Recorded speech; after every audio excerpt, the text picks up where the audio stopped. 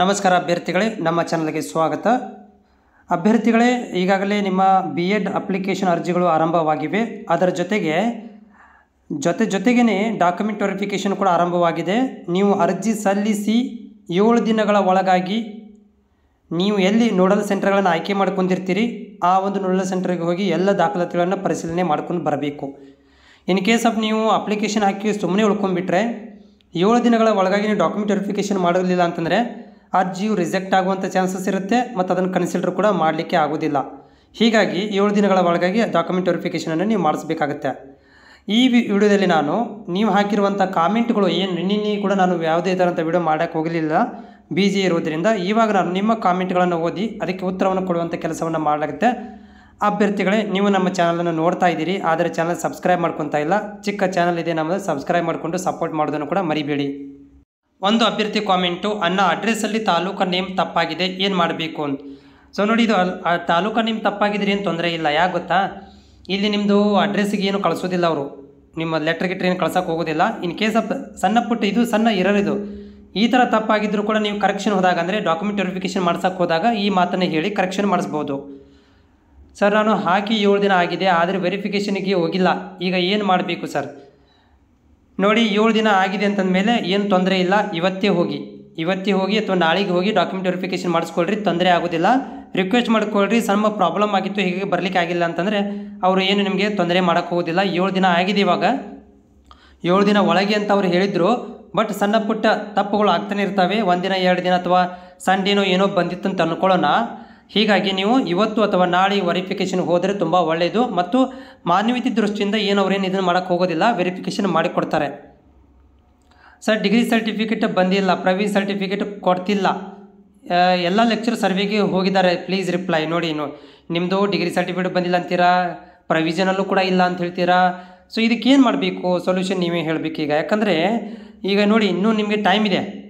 Okay, ಕಾಲ್ ಮಾಡಿ, ಯಾರಿಗೆ ಲೆಕ್ಚರ್ಗಳಿಗೆ ಕಾಲ್ ಮಾಡಿ, ಅವರು ಸೈಗೆ ಬರಲೇಬೇಕು, ಕಾಲೇಜ್ಗಳಿಗೆ ಸೈ ಮಾಡಿ ಹೋಗ್ಬೇಕು ಅವರು ಬಂದು. ಹೌದಾ? ಹಿಂಗಿರಬೇಕಾದ್ರೆ ನೀವು ಅವ್ರಿಗೆ ಪ್ರಾಂಶುಪಾಲರಿಗೆ ಕಾಲ್ ಮಾಡಿ, ತೊಂದರೆ ಇಲ್ಲ. ಪ್ರಾಂಶುಪಾಲರು ಅಂತ ಇದ್ದೇ ಇರ್ತಾರೆ, ಇರಲೇಬೇಕು ಅವರು. ಲೆಕ್ಚರ್ಗಳು ಹೋಗಿರ್ತಾರೆ, ತೊಂದರೆ ಇಲ್ಲ. ಸೊ ಹೀಗಾಗಿ ನೀವು ಇನ್ನೂ ಟೈಮ್ ಇದೆ, ಇನ್ನೂ 11 ತಾರೀಕಿದೆ. ಓಕೆ, ಸೊ ಅದರೊಳಗಡೆ ಏನಾದ್ರು ಒಂದು ಬಂದೋಬಸ್ತ್ ಮಾಡಿಕೊಂಡು ನೀವು ಅಪ್ಲಿಕೇಶನನ್ನು ಹಾಕಿ. PG ರಿಸಲ್ಟ್ ಬಂದಿಲ್ಲ ಅಂದರೆ ಏನು ಮೆನ್ಷನ್ ಮಾಡಬೇಕು? PG ರಿಸಲ್ಟ್ ಬಂದಿಲ್ಲ ಅಂತಂದರೆ ಡಿಗ್ರಿ ಮೇಲೆ ಹಾಕಿ. ಓಕೆ, ಸೊ ಇಲ್ಲಕ್ಕಂದರೆ ಇಲ್ಲಿ ನೀವು PG ಮೇಲೆ ಹಾಕಿದರೆ ಏನಾಗುತ್ತೆ ಅಂತಂದರೆ ಅದರದ್ದು ಮಾರ್ಕ್ಸ್ ಎಂಟ್ರಿ ಮಾಡಬೇಕಾಗತ್ತೆ, ಅದರದ್ದು ಮಾರ್ಕ್ಸ್ ಕಾರ್ಡ್ ಕೊಡಬೇಕಾಗತ್ತೆ. ಹೀಗಾಗಿ ನೀವು ಡಿಗ್ರಿ ಮೇಲೆ, ಸೊ ಡಿಗ್ರಿ ಮೇಲೆ ಅಪ್ಲಿಕೇಶನ್ ಹಾಕಿ ತೊಂದರೆ ಇಲ್ಲ. ಯಾಕಂದರೆ PG ಮೇಲೆ ಹಾಕಿದರೂ ಕೂಡ 2 ವರ್ಷನೇ, ಡಿಗ್ರಿ ಮೇಲೆ ಮಾಡಿದರೂ ಕೂಡ 2 ವರ್ಷನೇ.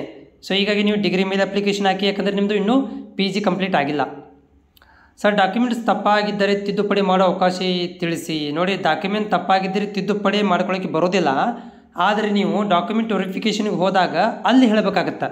ಸರ್ ನೋಡಿ, ಈ ಥರ ಸಣ್ಣ ಪುಟ್ಟ ತಿದ್ದುಪಡಿ ತಪ್ಪಾಗಿದೆ, ಅದನ್ನು ತಿದ್ದುಕೊಡಿ ಅಂತಂದರೆ ಅವ್ರು ತಿದ್ದು ಕೊಡ್ತಾರೆ. ನಿಮ್ಮ ಡಾಕ್ಯುಮೆಂಟ್ ಒರಿಜಿನಲ್ ನೋಡಿ ತಿದ್ದು ಕೊಡ್ತಾರೆ, ಅಲ್ಲಿ ಹೇಳಬೇಕಾಗತ್ತೆ. ಓಕೆ, ಆ ತಾಲೂಕದಾಯಿತು. ನೆಕ್ಸ್ಟ್ ಏನಂದರೆ, ಸರ್ ನಾನು ಪೇಮೆಂಟ್ ಕಟ್ಟಿದ್ದು 10ನೇ ತಾರೀಕಿಗೆ ಅಕ್ಟೋಬರ್ ಆಗಿದ್ದರೂ ಕೂಡ ನಂದು ಅಪ್ಲಿಕೇಶನ್ ಪ್ರಿಂಟ್ ಆಗಿಲ್ಲ. ಸಹಾಯವಾಣಿ ಕರೆ ಮಾಡಿದರೆ ಸೀರಿಯಸ್ ರಿಸೀವ್ ಮಾಡ್ತಾಯಿಲ್ಲ, ಬೇಗ ಹೇಳಿ ಏನು ಮಾಡಬೇಕು? ನೋಡಿ, ಈ ಸಹಾಯವಾಣಿ ಕೇಂದ್ರದಲ್ಲಿ ನಾನು ಸ್ಟಾರ್ಟಿಂಗ್ನಿಂದ 200ಗೆ ಕಾಲ್ ಮಾಡ್ತಾಯಿದ್ದೀನಿ.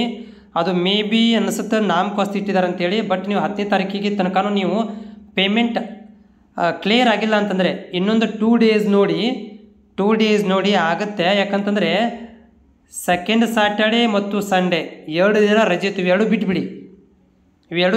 ಇವೆರಡು ಬಿಟ್ಟು 3 ಡೇಸು 4 ಡೇಸು ಅಥವಾ 7 ವರ್ಕಿಂಗ್ ಡೇಸ್ ಒಳಗಡೆ ನಿಮ್ಮದು ಅಮೌಂಟ್ ರಿಟರ್ನ್ ಆಗುತ್ತೆ. 2ರಲ್ಲಿ ಒಂದಾಗುತ್ತೆ, ಒಂದು ಅಮೌಂಟ್ ರಿಟರ್ನ್ ಆಗುತ್ತೆ. ಇಲ್ಲಪ್ಪ ಅಂತಂದರೆ ಒಂದು ಅಮೌಂಟ್ ರಿಟರ್ನ್ ಆಗುತ್ತೆ, ಒಂದು ಪೇಮೆಂಟ್ ಕ್ಲಿಯರ್ ಆಗುತ್ತೆ.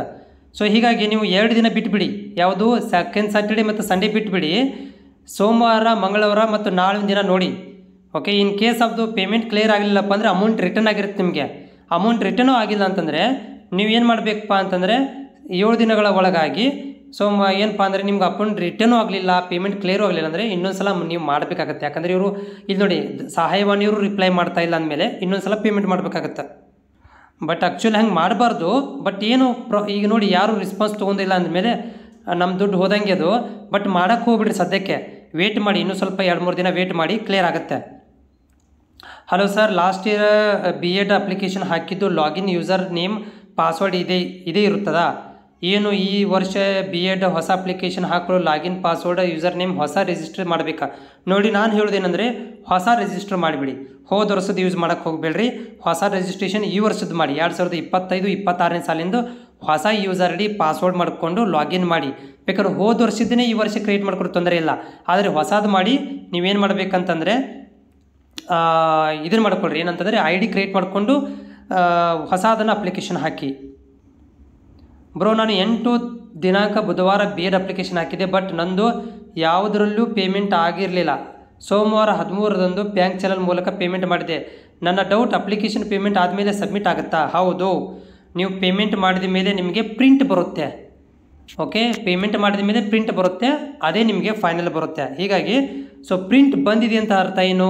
ಪ್ರಿಂಟ್ ಬಂದಿದೆ ಅರ್ಥ ಅಂತಂದರೆ ನಿಮಗೆ ಅಪ್ಲಿಕೇಶನ್ ಸಬ್ಮಿಟ್ ಆಗಿದೆ, ಸಕ್ಸಸ್ಫುಲ್ ಆಗಿದೆ, ನೀವು ಡಾಕ್ಯುಮೆಂಟ್ ವೆರಿಫಿಕೇಷನ್ ಹೋಗ್ಬೋದು ಅಂತ ಅರ್ಥ. ಲಾಸ್ಟ್ ಕಾಮೆಂಟ್ ಏನಂತಂದರೆ, ಸರ್ ಅಪ್ಲಿಕೇಶನ್ ಹಾಕುವಾಗ ಒಂದು ಮೊಬೈಲ್ ನಂಬರಲ್ಲಿ ಒಂದು ಡಿಜಿಟ್ ಚೇಂಜ್ ಆಗಿದೆ, ಆಲ್ರೆಡಿ ಸಬ್ಮಿಟ್ ಕೊಟ್ಟಿದ್ದೀನಿ, ಎಡಿಟ್ ಮಾಡ್ಬೋದಾ ಹೇಗೆ? ನೋಡಿ, ಎಡಿಟ್ ಮಾಡೋಕ್ಕಂತೂ ಬರೋದಿಲ್ಲ.